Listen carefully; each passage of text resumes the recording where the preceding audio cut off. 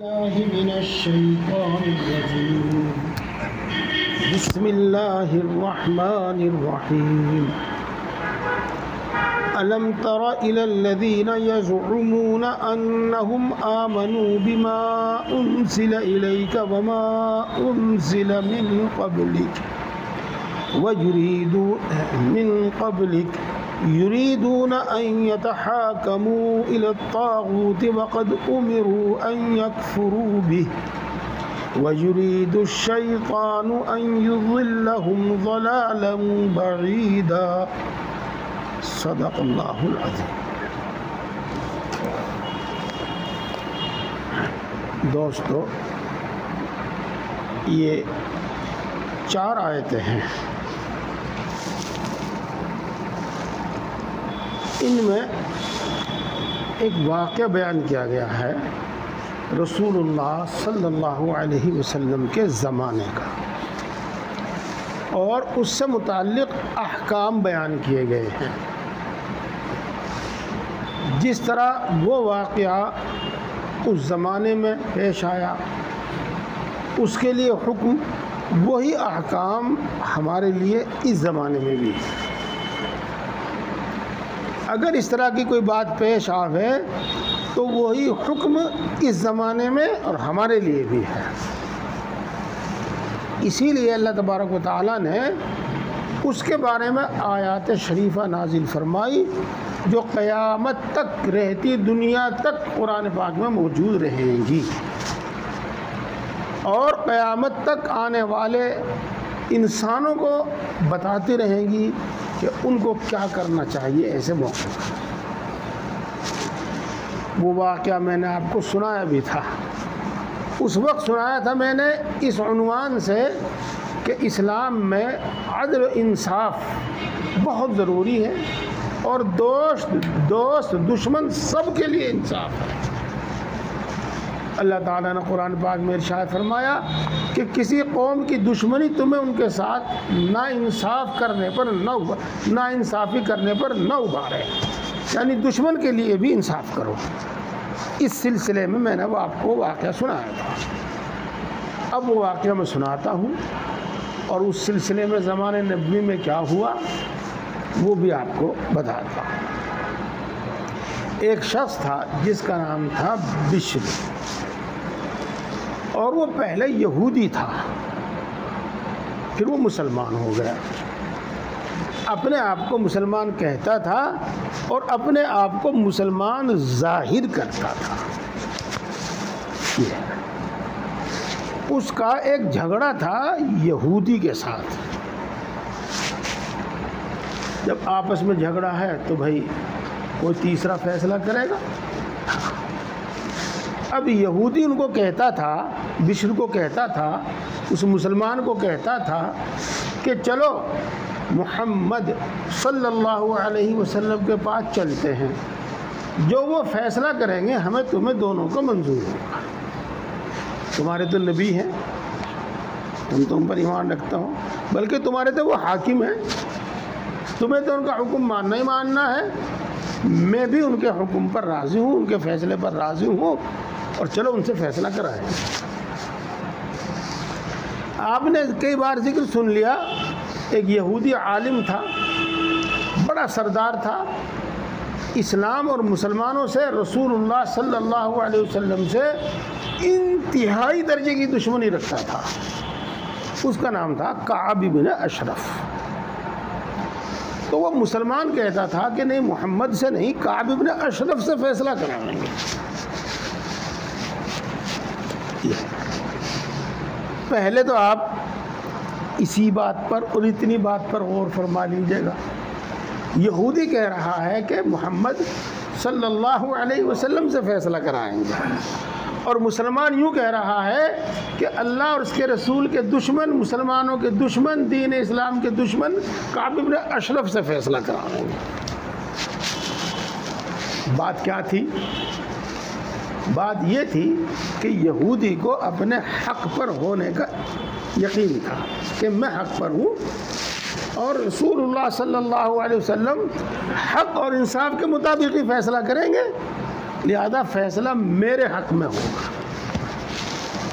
وہ بشر اور وہ مسلمان بھی جانتا تھا کہ یہودی حق پر ہے، اور رسول اللہ صلی اللہ علیہ وسلم کے پاس فیصلہ گیا تو وہ حق کے مطابق، انصاف کے مطابق فیصلہ کریں گے تو یہودی کے حق میں ہی فیصلہ ہوگا، اس لیے وہاں جانا ٹھیک نہیں۔ کعب بن اشرف کے پاس چلو، ہاں یہ وہ ہے جو انگلی پہ انگلی رکھتے ہیں، کہتے کچھ ہے فیصلہ کچھ کرتے ہیں، اور انصاف قانون ان کے یہاں کچھ نہیں ہوتا، یہ صرف اور صرف مصلحت کو دیکھتے ہیں، مصلحت کو دیکھتے ہیں، ان کے حق میں فیصلہ دینا مصلحت ہے یا ان کے حق میں، میرے حق میں کون سے کے حق میں فیصلہ دینا فائدہ مند ہے، میرے کام یہ آئے گا یا وہ آئے گا، میری پارٹی کا یہ ہے یا یہ ہے، اس کے ساتھ کتنے ووٹ ہیں، اس کے ساتھ کتنے ووٹ ہیں، یہ ہے۔ تو وہ کہتا تھا، لیکن چونکہ وہ مسلمان تھا، اپنے آپ کو مسلمان کہتا تھا، اس لیے کھلم کھلا اپنی اس بات پر وہ زور نہیں دے سکتا تھا کہ کعب بن اشرف کے پاس چلو، اس لیے وہ دونوں رسول اللہ صلی اللہ علیہ وسلم کی خدمت میں حاضر ہو گئے فیصلہ کرانے کے واسطے۔ رسول اللہ صلی اللہ علیہ وسلم نے قاعدے قانون کے مطابق سب چیزیں دریافت کر کے یہودی کے حق میں فیصلہ دے دیا۔ ہاں، جیسا کہ میں نے آپ کے سامنے بتایا تھا، حضرت علی رضی اللہ تعالیٰ عنہ نے دعویٰ کیا تھا کہ یہ زرہ میری ہے، حسن و حسین گواہ تھے، علی نہیں جھوٹ بول سکتے، حسن و حسین جھوٹی گواہی نہیں دے سکتے، لیکن چونکہ قاعدہ یہ ہے کہ دعویٰ بغیر گواہی کے قبول نہیں کیا جائے گا، اور قاعدہ یہ ہے کہ بیٹے کی باپ کے حق میں گواہی قبول نہیں کی جائے گی، تو اس واسطے گواہی قبول نہیں کی گئی، دعویٰ خارج کر دیا گیا۔ تو رسول اللہ صلی اللہ علیہ وسلم نے بھی قانون کے مطابق سب باتیں تحقیق کرنے کے بعد یہودی کے حق میں فیصلہ کر دیا۔ بشر کو تو یہی امید تھی، اسی لیے وہ آپ کے پاس جا نہیں رہا تھا، لیکن اب اس نے ایک دوسری چال چلی۔ ہاں، آپ یوں کہتے ہیں نا، چلو میں آپ کا نام نہیں لیتا، دوسرے لوگ یوں کہتے ہیں نا، وہ بڑا ہوشیار آدمی ہے، بہت ہی ہوشیار ہے۔ ہوشیار کیا ہوتا ہے؟ بے ایمان ہے، بے ایمان نے کی سوچو رکھے، پہلے اس کے راستے پہلے کاٹو رکھے۔ ایک سچا انسان، اسے کیا ضرورت ہے ادھر ادھر کی سوچنے کی؟ وہ تو اپنی سیدھی سچی بات کہے گا، اپنی سچ بات پیش کرے گا، بس۔ عقل مند تو یہ ہے، وہ تو بے وقوف ہے۔ تو اس نے کہا کہ محمد، وہ حضرت عمر رضی اللہ تعالی عنہ جو کافروں کے حق میں بہت سخت ہیں، شاید وہ میرے حق میں کچھ نرمی برت لے، یہودی کو دیکھ کر شاید میرے حق میں کوئی نرمی برت لے۔ اس نے کہا کہ چلو ایک بار عمر سے بھی فیصلہ کرا لیتے ہیں۔ میں اس جملے کو بار بار کہہ رہا، اس لیے کہہ رہا کہ آپ بھی اس میں بار بار سوچیے۔ یہودی کو یقین تھا کہ عمر بھی حق کے مطابق فیصلہ کریں گے، چاہے وہ میرے سے یا میری قوم سے کتنی بھی دشمنی رکھتے ہوں اور کتنا بھی بغض رکھتے ہوں، لیکن فیصلہ کریں گے انصاف کے ساتھ۔ چل عمر کے پاس چل۔ تو وہ دونوں حضرت عمر رضی اللہ تعالیٰ عنہ کے پاس چلے آئے، اور یہودی نے بیٹھتے ہی اپنی پوری بات بتائی۔ اس میں یہ بھی بتایا کہ اس سلسلے میں رسول اللہ صلی اللہ علیہ وسلم یہ فیصلہ دے چکے ہیں، اور یہ فیصلہ بشر کو تسلیم نہیں ہے۔ حضرت عمر رضی اللہ تعالیٰ عنہ نے بشر سے پوچھا، اس نے اقرار کیا کہ ہاں ایسا ہی ہے۔ تو عمر رضی اللہ تعالیٰ عنہ نے کہا کہ ٹھہر جاؤ۔ آپ اندر گئے، تلوار لائے اور اسے بشر کی گردن اڑا دی، اس کو قتل کر دیا۔ یہ ہوا۔ اس کے بعد بشر کے وارثوں نے حضرت عمر رضی اللہ تعالیٰ عنہ پر دعویٰ کر دیا کہ انہوں نے ایک مسلمان کو ناحق قتل کیا ہے، لہذا قصاص دلوایا جائے۔ یہ ہوا۔ اللہ رب العزت نے یہ آیات شریفہ نازل فرمائی، اور ان سب کا حاصل یہ ہے کہ بشر اول تو مسلمان نہیں منافق تھا، اور دوسرے یہ کہ رسول اللہ صلی اللہ علیہ وسلم کے فیصلے کو نہ مان کر وہ مرتد ہو گیا ہے، وہ اسلام سے خارج ہو گیا ہے، مرتد ہو گیا ہے، اب اس کا قتل جائز اور درست ہے، لہذا عمر نے جو کیا صحیح کیا، اب ان پر قصاص واجب نہیں ہوتا۔ یہ ہے بات، تو آپ پوری سمجھ ہی گئے، لیکن قرآن پاک کے الفاظ میں بہت کچھ آ گیا، میں اس کو ساتھ ساتھ آپ کو بتاتا چلوں گا۔ أَلَمْ تَرَ إِلَى الَّذِينَ يَزْعُمُونَ أَنَّهُمْ آمَنُوا بِمَا أُنزِلَ إِلَيْكَ وَمَا أُنزِلَ مِن قَبْلِكَ۔ أَلَمْ تَرَ، دیکھو یہ ہے سوال، اور سوال کبھی تعجب کے واسطے ہوتا ہے، یعنی اس سے کوئی چیز دریافت کرنا مقصود نہیں ہوتا، بلکہ تعجب کا اظہار مقصود ہوتا ہے۔ دیکھا آپ نے اس کو، دیکھا اس کو، تو یہ حالانکہ جان رہا، دیکھ رہا وہ اسے، لیکن پھر بھی کہہ رہا دیکھا آپ نے اس کو، تو یہ کیوں کہہ رہا؟ اس کی حرکت پر تعجب کی وجہ سے۔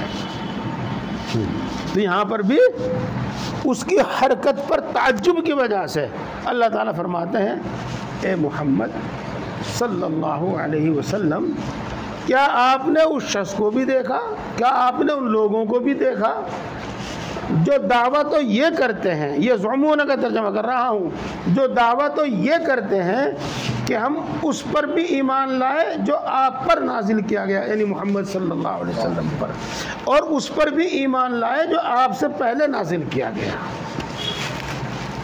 دیکھو مومن ہونے کا واسطے یہ دونوں باتیں ضروری ہیں،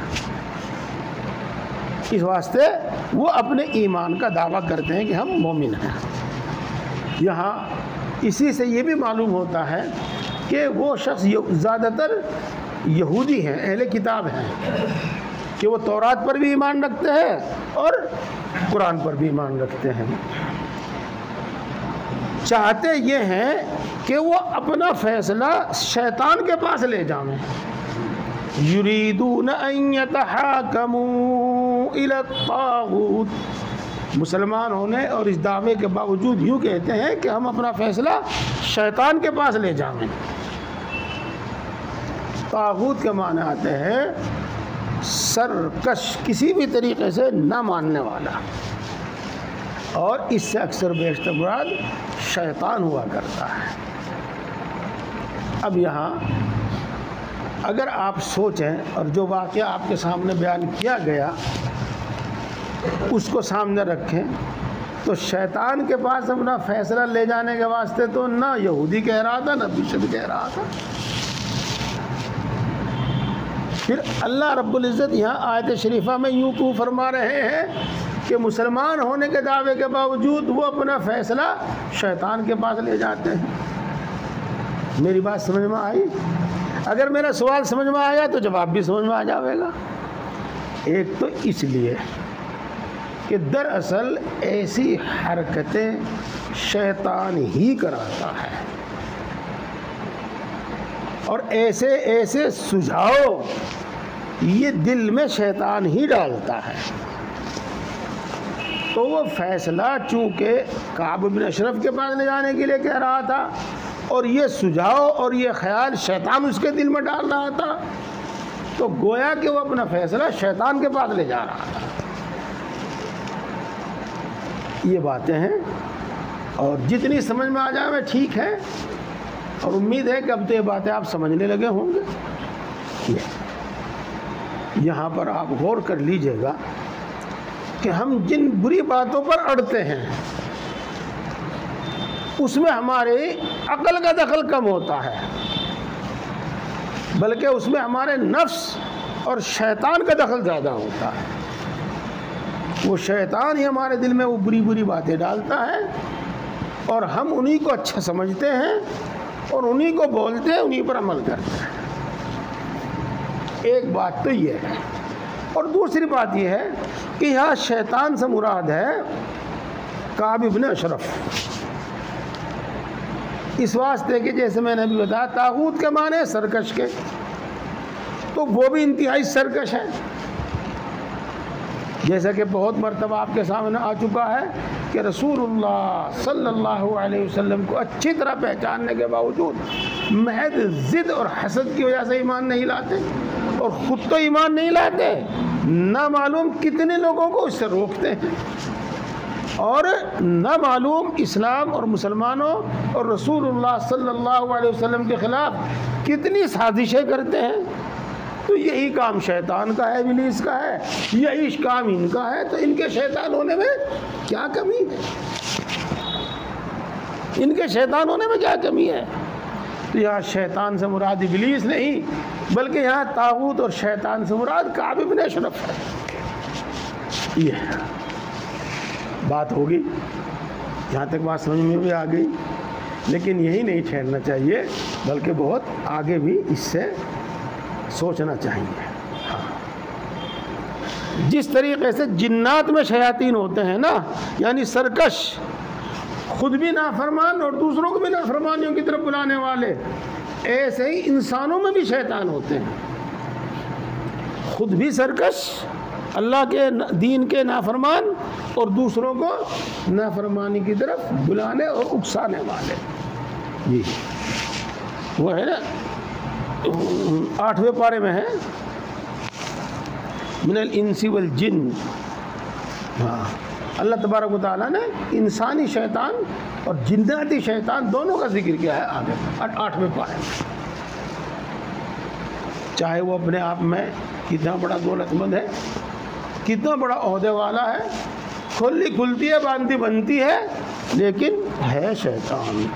جب وہ بروں کا ساتھی، بروں کا سہارا، برائی کو سہارا دینے والا ہے.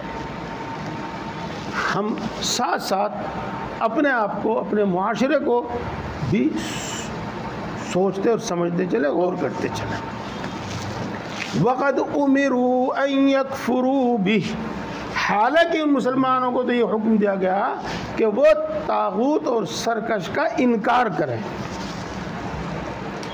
وہ شیطان، چاہے وہ انسانوں میں سے ہو، چاہے وہ شیطان جنات میں سے ہو، چاہے وہ شریعت کے خلاف فیصلہ کرنے والا کوئی ہو، ان کا انکار کریں کہ ہم ان کی بات نہیں سنیں گے، ہم ان کی بات نہیں مانیں گے. اور یہ کر رہا ہے ان کے پاس فیصلہ لے جانے کی بات. تو کیا آپ نے اس کو دیکھا؟ وَيُرِيدُ الشَّيْطَانُ أَن يُضِلَّهُمْ ضَلَالًا بَعِيدًا، اور شیطان یہ چاہتا ہے کہ تم کو راہ حق سے بہت دور ہٹا دے. بعیدہ کا ترجمہ کر رہا ہوں، راہ حق سے بہت دور ہٹا دے، اتنا دور ہٹا دے کہ تم واپس کبھی وہاں آ ہی نہ سکو.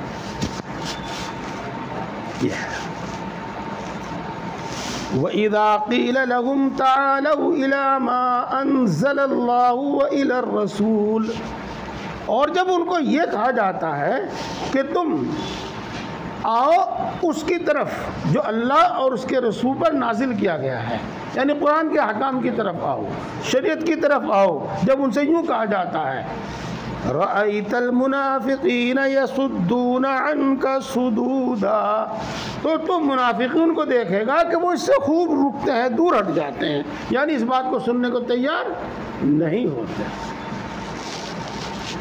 سوچ تو رہا تھا میں کہ بعد میں بتاؤں. یہ اللہ معاف کرے، زیادہ تو نہیں ہے ہم میں، لیکن بہت بڑی تعداد میں ہو گئے ہیں. اس لیے ہمیں اس کا فکر نہیں کہ ہم پر حکومت کون کر رہا ہے اور ہم پر دشمنی، ہم سے دشمنی کون کر رہا ہے. ہمیں فکر اس کا ہے کہ ہمارے آدمی کیا کر رہے ہیں. شریعت کی ماں کی ایسی تیسی، اپنے کانوں سے سنے الفاظ بتا رہا میں آپ کو. جی ہاں، یوں ہوگا، جیسا ہم کہہ رہے ہیں ایسا ہوگا. جی ہاں. اب آپ بتا دو کہ ان کے بارے میں قرآن کا فیصلہ کیا ہے، شریعت کا فیصلہ کیا ہے. ہاں، جب معاملہ آتا ہے اپنے نفع کا تو ہم شریعت کو چھوڑ بھول جاتے ہیں. ہاں بھائی، اپنا مہر لے لو، جو تم نے جہیز دے رکھا ہے وہ لے لو، عدت کا خرچہ لے لو۔ ارے ہم نہیں مانتے، ہم نہیں لیتے، ہم تو 20 لاکھ روپے لیں گے۔ بھائی شریعت میں تو تمہارا یہ بیٹھا، ہم نہیں جانتے شریعت وریعت کو، ہم تو 20 لاکھ روپے لیں گے۔ آپ نے پتہ نہیں کتنا سنے ہوں گے یہ بات ہے۔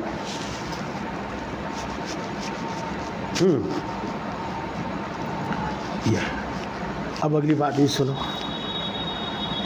بالکل ایسے جیسے کہ ہمارے لیے آیت نازل ہو رہی ہو۔ فَكَيْفَ إِذَا أَصَابَتْهُمْ مُصِيبَةٌ بِمَا قَدَّمَتْ أَيْدِيهِمْ، پھر ان کا کیا حال ہوگا جب ان کو ان کے کرتوتوں کی وجہ سے کوئی مصیبت پہنچے گی، جب ان کو ان کے کرتوتوں کی وجہ سے کوئی مصیبت پہنچے گی تو پھر ان کا کیا حال ہوگا۔ ہاں، ثُمَّ جَاءُوكَ يَحْلِفُونَ بِاللَّهِ، پھر وہ آپ کے پاس آئیں گے اور اللہ کی قسمیں کھائیں گے۔ ان اردنا الا احسانا وتوفیقا، ہم نے تو آپس میں اچھائی اور موافقت کرنا چاہا تھا۔ یہ وہ بات ہے کہ جب ان کو ان کے کرتوتوں کی وجہ سے ایک مصیبت پہنچی، یعنی عمر نے بشر کو قتل کر دیا، پھر وہ آپ کے پاس آئے اور قسمیں کھا کر کہتے ہیں کہ ہم پکے مسلمان ہیں، ہم تو اللہ پر، اللہ کے رسول پر، قرآن پر، سب پر ایمان رکھتے ہیں، ہم نے آپ کے فیصلے کو رد نہیں کیا تھا بلکہ ہم تو آپ کے فیصلوں کو سب کو مانتے ہیں۔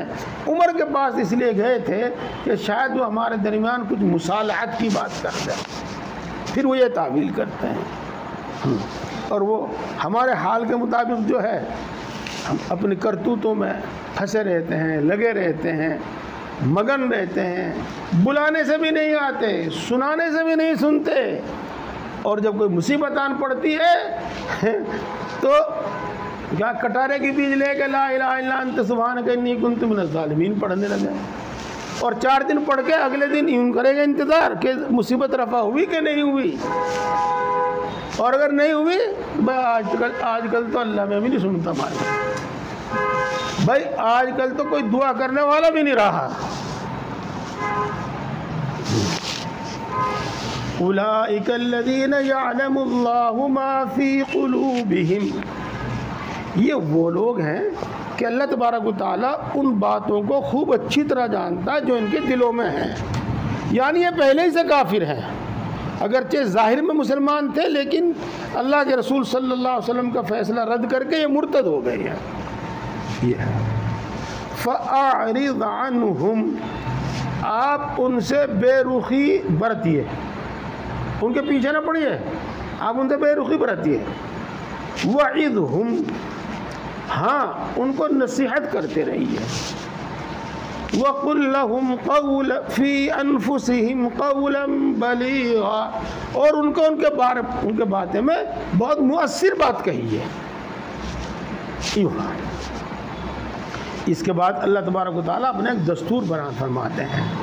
ماشاءاللہ آپ بالکل توجہ سے سن رہے ہیں، سناٹا چھایا ہوا ہے، بہت دھیان سے سن رہے ہیں، لیکن میں پھر کہوں گا کہ دھیان دیجیے اگلی بات کیا کہی جا رہی ہے، ہمارے لیے ہے، وہ بالکل ہمارے لیے ہے۔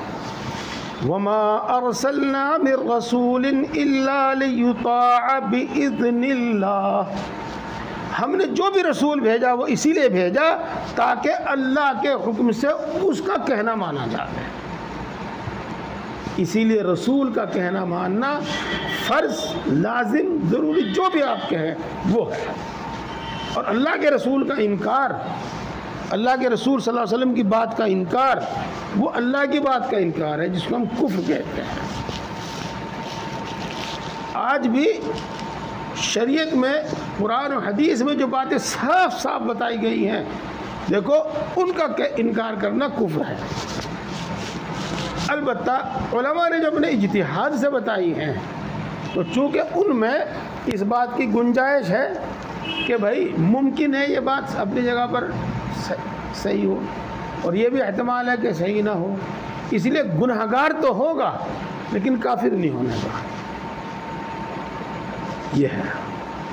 وَلَوْ أَنَّهُمْ إِذْ ظَلَمُوا أَنفُسَهُمْ جَاءُوكَ، اگر وہ ایسا کرتے کہ جب انہوں نے اپنی جان پر ظلم کیا، گناہ کیا، اللہ کے رسول کی نافرمانی کی، اپنی جان پر ظلم کیا. دیکھو یہی باتیں تھیں جن کی طرف میں آپ کو متوجہ کرنا چاہتا تھا. ہیں بہت ساری لیکن آگے چلتا رہتا ہے. ورنہ گناہ کرنا یعنی اللہ کی نافرمانی کرنا، اللہ کے رسول کی نافرمانی کرنا، دین کی شریعت کی خلاف ورزی کرنا، وہ اپنے اوپر ظلم ہے. وہ اپنے اوپر ذاتی ہے، اپنے اوپر ظلم ہے. اور اگر وہ ایسا کرتے کہ جب انہوں نے اپنی جان پر ظلم کیا تھا تو وہ آپ کے پاس آتے، آپ کے پاس آ کے غلطی کا اعتراف کرتے، اپنی غلطی کا اعتراف کرتے. فاستغفر اللہ، اپنی غلطی کا اعتراف کر کے پھر وہ اللہ سے معافی مانگتے. واستغفر لهم الرسول، اور رسول بھی یعنی آپ صلی اللہ علیہ وسلم بھی ان کے لیے اللہ سے معافی مانگتے، یعنی اللہ کے رسول بھی ان کے لیے سفارش کرتے، استغفار کرتے. لوجد اللہ توابا رحیما، تو وہ یقیناً اللہ تبارک و تعالیٰ کو توبہ کا قبول کرنے والا اور رحم کرنے والا پاتے. بات ہو گئی ماشاءاللہ، سمجھ بھی آ گئی. میرے دوستو یہ آیات بھی اور دوسری آیات بھی ایک ہی حل ہے، دوسرا کوئی حل نہیں ہے. دوسرا کوئی حل نہیں ہے. پہلا حل تو یہ ہے کہ گناہ ہی نہ کیا جائے، اور دوسرا حل یہ ہے کہ اگر گناہ ہو ہی گیا اسی وقت، اور اگر اس وقت نہیں تو سمجھو جب مصیبت آئی تب، تو سب سے پہلے اپنے گناہوں سے باز آ جاؤ اور اللہ سے اپنے کی ہوئی کی معافی مانگ لو، تب اللہ کی نصرت آ جائے گی. محض وظیفے پڑھنے سے نہیں آنے کی، میں بالکل کھلے دل سے کہہ رہا ہوں آپ کو. چاہے وہ وظیفہ حضرت تھانوی رحمۃ اللہ علیہ کا بتایا ہوا ہو، چاہے وہ حضرت حاجی امداد اللہ صاحب کا بتایا ہوا ہو، چاہے وہ حضرت شاہ ولی اللہ کا بتایا ہوا ہو، کسی کا بتایا ہوا وظیفہ ہو، وہ کام نہیں آنے گا آپ کے، کسی کے نہیں کام آنے گا. سب سے پہلے اپنے گناہوں سے توبہ کرنی پڑے گی، پھر یہ وظیفے کام دیں گے.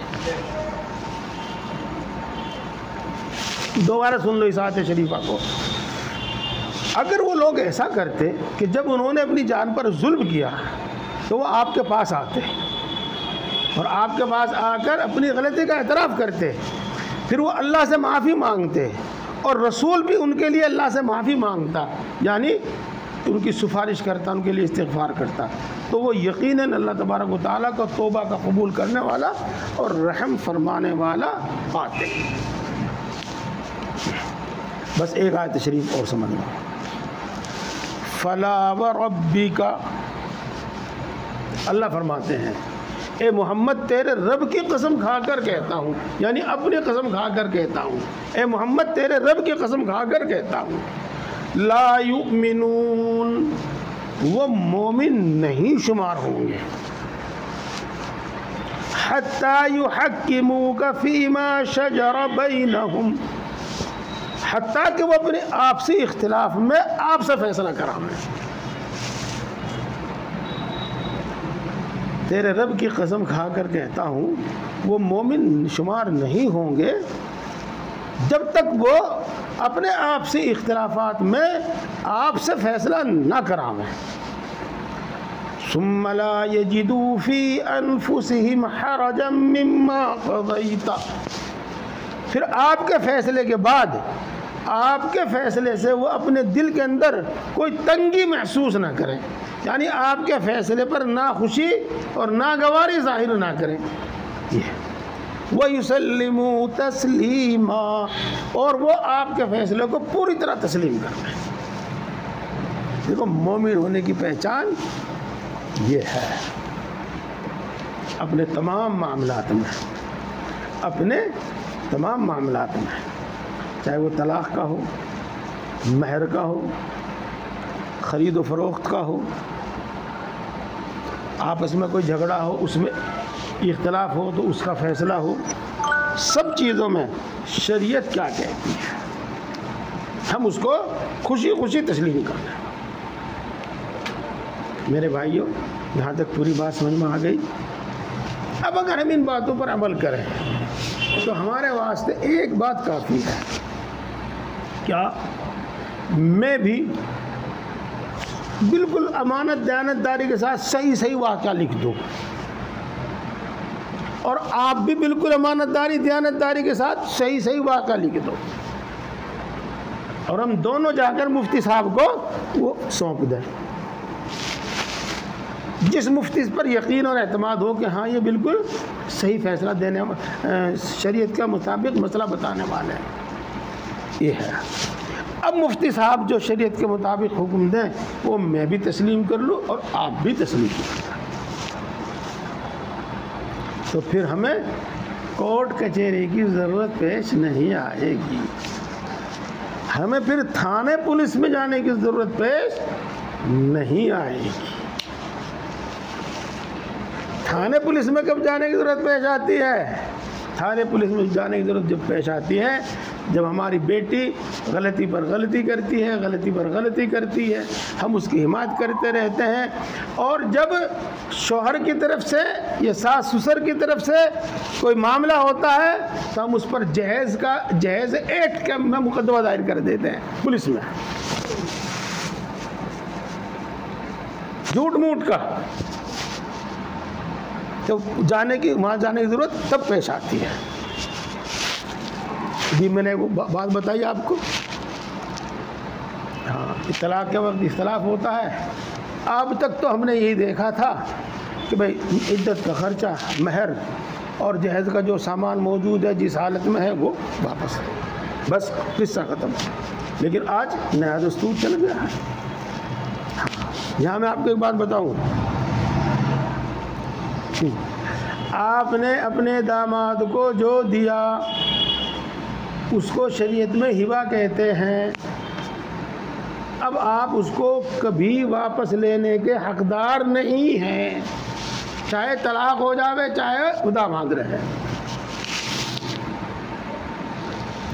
آپ نے اپنی بہو کو جو کچھ دیا ہے اس سے واپس لینے کے حقدار نہیں ہیں، چاہے وہ بہو رہے یا خدا نخواستہ طلاق ہو جائے، اس لیے کہ ہبہ کرنے کے بعد، دینے کے بعد واپس لینا اگرچہ ناپسند ہے، شریعت میں اس کو ناپسند کہا گیا ہے، لیکن قانونی طور پر کچھ صورتیں ایسی ہیں جن میں واپس لے سکتے ہیں، اور یہاں قانونی طور پر بھی واپس نہیں لے سکتے۔ اور ہم جب کوئی معاملہ پیش آتا ہے، تمہارے یہاں آئے تھے ناشتے میں 4000 خرچ ہوئے تھے کہ وہ بھی دو، وہ بھی لاؤ،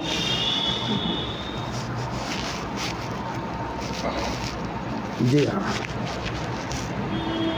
تو یہ سب باتیں دیکھو ہم کہاں پہنچ رہے ہیں، اور قرآن پاک ہمارے بارے میں کیا کہہ رہا ہے۔ دیکھو، ڈرتا تو میں بہت ہوں، بالکل نہیں چاہتا یہ بات میری زبان پہ بھی آوے، لیکن بہرحال ایک نصیحت کے طور پر اپنی بھی آپ کی بھی،